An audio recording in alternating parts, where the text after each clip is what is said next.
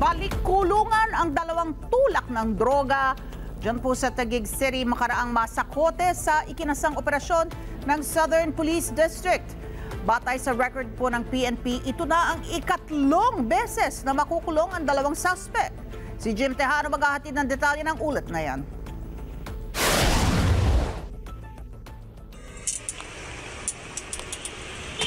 Tila nagkagulatan pa ang dalawang suspect makaraang malambat ng mga operatiba ng SPD Drug Enforcement Unit sa ikinasang bypass operation sa Barangay North Signal, Taguig City, pasado alas 7 kagabi. Pilit itinatanggi ni alias Buknoy na hindi niya kilala ang isa pang naarestong suspect. Magkakilala kayo? Hindi po. Ngayon wala po nakita yan. Nasamsam sa dalawang nasa 7 pakete ng hinihinalang shabu na nagkakahalaga ng 238,000 pesos at ang perang ginamit sa transaksyon. Based dun sa initial na pagtitimbang ng ating Drug Enforcement Unit is nasa 35 grams. So ito pa ay posibleng madagdagan or posibleng mabawasan kasi yung final na timbang nitong ating na-confiscate na drugs ay magmumula din sa ating crime lab or sa forensic unit natin. Target sa operasyon si alias Buknoy na ayon sa mga pulis, taga-dispatcha umano sa lugar ang suspect.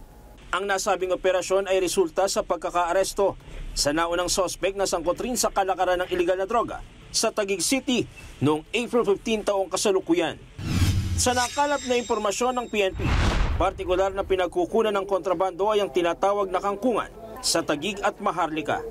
Taguig area lang ang operation nitong dalawang ito at usually mga construction worker tsaka yung mga mabababa lang, yung mga kumbaga street level lang ng mga individuals ang kinikater or mga customers nitong ating mga nahuling suspects. Konting trabaho pa siguro makukuha na nila kung sino talaga yung pinakapuno niyang pinagkukuhanan nila ng drugs.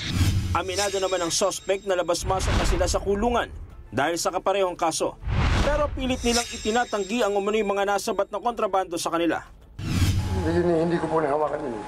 Kanino po yung drugs? Hindi ko po alam. Kasi mayroong babae doon. Yun ang katransaksyon, isang lalaki na umalis doon sa amin. Ngayon, siyempre, tinanong ko yung bahay ng kapatid ko, sino yung lumabas na yun, bakit hindi lumabas. Pero gumagamit ka, sir, ng drugs? Opo, may natin po kung gumagamit. Pero gumagamit ka? Opo. Nagbebenta ka? Hindi po.